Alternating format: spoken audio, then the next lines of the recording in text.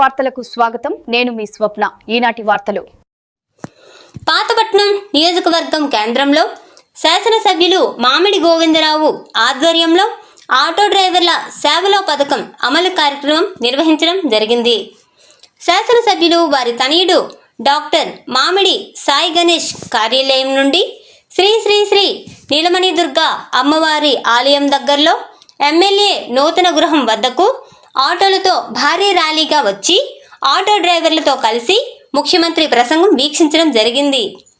ఈ సందర్భంగా స్థానిక శాసనసభ్యులు మామిడి గోవిందరావు మాట్లాడుతూ ఆటో డ్రైవర్లకు దసరా కానుకను కూటమి ప్రభుత్వం ఇచ్చిందని తెలియజేశారు. రాష్ట్రంలో 2,90,234 మంది auto rickshaw, maxi, motor cab డ్రైవర్ల ఖాతాలోకి 435.35 కోట్లు జమ చేయడం జరిగింది. మా పాతపట్నం నియోజకవర్గానికి సంబంధించి 1,462 మంది ఆటో డ్రైవర్లకు ఆర్థిక సాయం చేసిందని తెలియజేశారు.